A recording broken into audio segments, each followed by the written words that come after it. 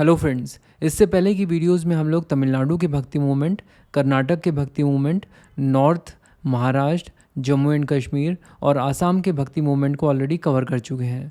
और आज की इस वीडियो में हम लोग बात करने वाले हैं बंगाल के भक्ति मूवमेंट की।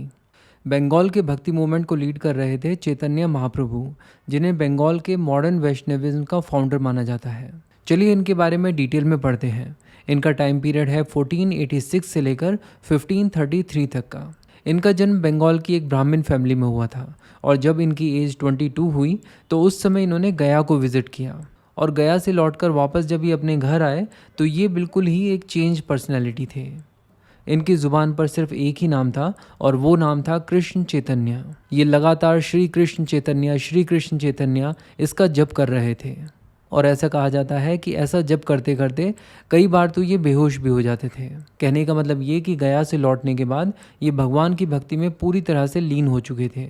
और जिस भगवान की भक्ति में ये लीन हो गए थे वो थे श्री कृष्ण। इसके बाद ये पूरे भारत में भ्रमण करने लगे और अल्टीमेटली उस जगह भी गए जहाँ पर इनका जाने का सबसे ज़्यादा मन था। वो जगह थी वृंदावन, जहाँ पर श्री कृष्ण ने अपना पूरा बचपन गुजारा था। तो वैसे तो इन्होंने पूरे भारत में भ्रमण किया, लेकिन सबसे ज़्यादा समय इन्होंने गुजारा गया में। और इनकी इन जर्नीज़ के दौरान इनके बहुत सारे फॉलोअर्स भी बन गए थे जो ये मानते थे कि चैतन्य विष्णु जी के साक्षात अवतार हैं और इसीलिए इन्हें चैतन्य महाप्रभु भी कहा जाने लगा। इसके अलावा इन्हें कुछ और नामों से भी जाना जाता है, जैसे गौरंग महाप्रभु और श्री गौरंगा। चैतन्य महाप्रभु अपने इन फॉलोअर्स के साथ भगवान की भक्ति गा बजा कर करते थे और इन म्यूजिकल गैदरिंग्स को कहा जाता था कीर्तन्स। ऐसा कहा जाता है कि चैतन्य महाप्रभु के ये कीर्तन्स कई सारे ऐसे वैष्णव भक्ति सेंट्स से इंस्पायर्ड थे जो उनसे पहले हुए थे। इन भक्ति सेंट्स के नाम है चंडीदास, विद्यापति और जयदेव। और इन्होंने जिन लैंग्वेजेस में बुक्स लिखी हैं वो हैं बंगाली, मैथिली और संस्कृत। और हमें यहाँ पर ख़ास तौर पर इस चीज़ के ऊपर ध्यान देना होगा कि जयदेव ने गीता गोविंद को लिखा था। और गीता गोविंद की खास बात यह है कि इसके अंदर लिखे हुए हर एक सॉन्ग की एक पर्टिकुलर राग, एक पर्टिकुलर ताल है।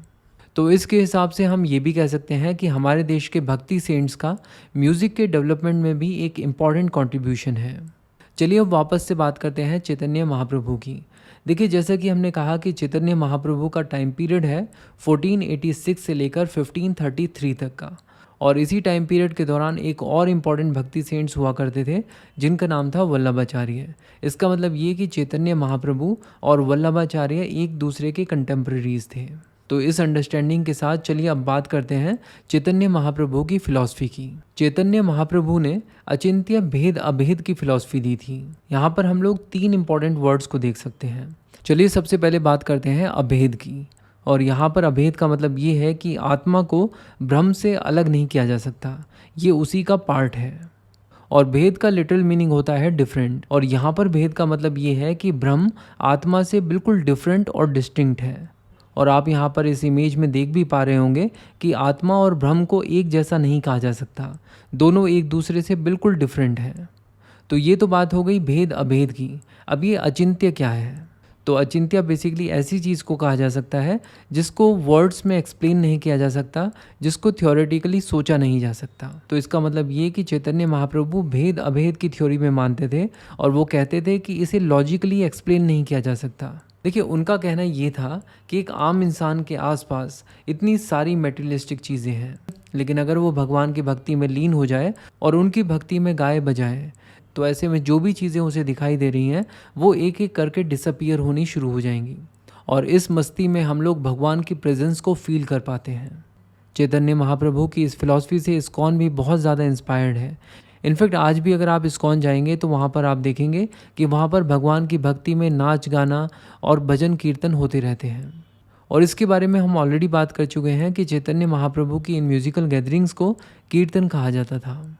और इन कीर्तनों में हर तरह के लोग शामिल हो सकते थे, चाहे वो किसी भी जाति, किसी भी धर्म को बिलोंग करते हों।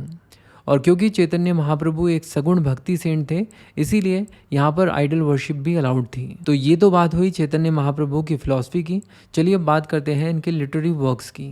देखिए, जितने भी वेद, उपनिषद या कोई भी हिंदू स्क्रिप्चर हो, चैतन्य महाप्रभु ने किसी भी स्क्रिप्चर को रिजेक्ट नहीं किया। और उन्होंने अपनी भी कई सारी बुक्स लिखी थी, जिसमें सबसे ज़्यादा पॉपुलर है शिक्षाष्टकम। इस बुक के अंदर श्री चैतन्य महाप्रभु ने अपनी 8 इंस्ट्रक्शंस दी हैं उन्होंने इस बुक में समझाया है कि अगर आप हरे कृष्णा लगातार चेंट करते जाएं तो over the period of time आपको किस तरह के बेनिफिट्स होने शुरू हो जाएंगे। तो इसी के साथ हम कह सकते हैं कि हम लोगों ने चैतन्य महाप्रभु और भक्ति मूवमेंट इन बंगाल को पूरी तरह से कवर कर लिया है। इंडिया की हिस्ट्री, इंडियन पॉलिटी और इंडियन इकोनॉमी को डिटेल में कवर करने के लिए बुक्सतावा की प्लेलिस्ट को फॉलो कीजिए। Thank you so much for watching and supporting बुक्सतावा।